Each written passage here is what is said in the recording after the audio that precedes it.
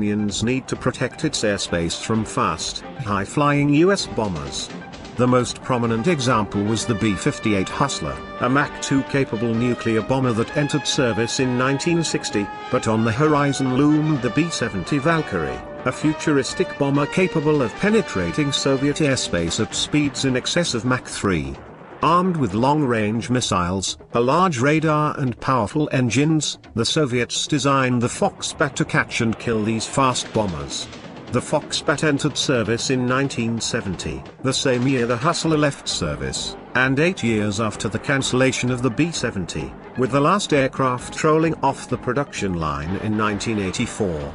In all, the Soviet Union produced 1,186 Foxbats for foreign and domestic needs, with the overwhelming majority serving in the USSR. The USSR never licensed the Foxbat for foreign production, and the Chinese never cared enough about the aircraft to make a concerted effort to copy it. Of course, the threat posed by Soviet SAM systems would eventually drive US bombers from high altitude to low altitude, reinvigorating the B-52 Stratofortress and transforming the air defense game. Lacking a look-down, shoot-down radar, the Soviets wouldn't develop this capability until the 1980s. The MiG-25 would have struggled to carry out its interception role against such tactics.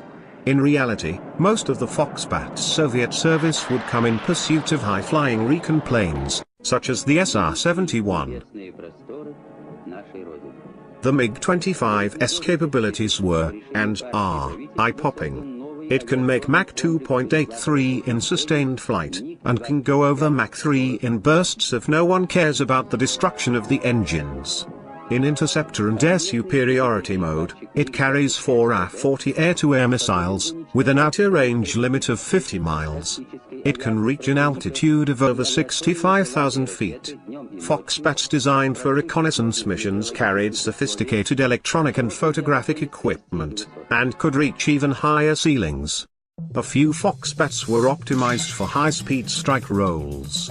These capabilities terrified Western analysts, who lacked good information on how the Foxbat flew in combat situations. The appearance of the MiG-25, and its ability to set a variety of speed and altitude records, helped drive decisions in the US tactical fighter program, eventually leading to the F-15 Eagle. After a defector landed a new MiG-25 in Japan in 1976, US engineers developed a better sense of the plane's characteristics. What they found was that the Foxbat had troubles. Limitations in Soviet manufacturing techniques made the plane heavier than its Western counterparts.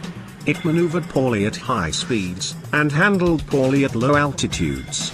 Its radar was of limited effectiveness in conventional combat situations against enemy fighters, and the handling problems at low altitudes meant that the plane never performed particularly well in that mission.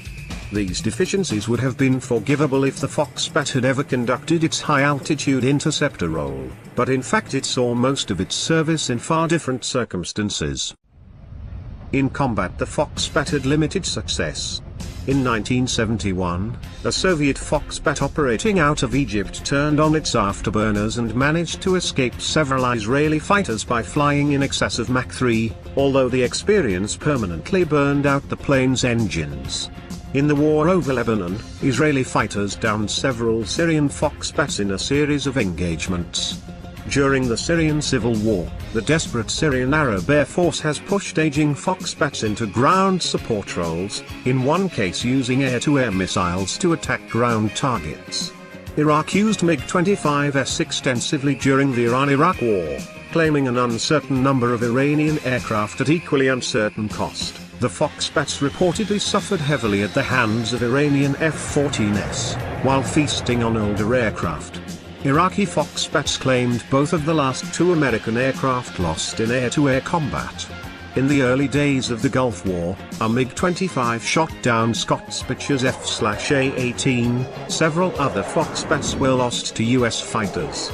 In 2002, the USAF set a trap for an Iraqi MiG-25 pilot who had been using the interceptor's great speed to snipe at US UAFs in the northern no-fly zone. Engineers jury-rigged an air-to-air missile to a Predator UAF in order to lure the MiG in for a kill. The plan went dry, however, and the MiG destroyed the Predator with an UM.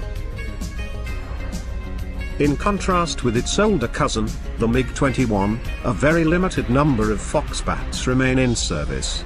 Most of these fly in the Algerian Air Force and the Syrian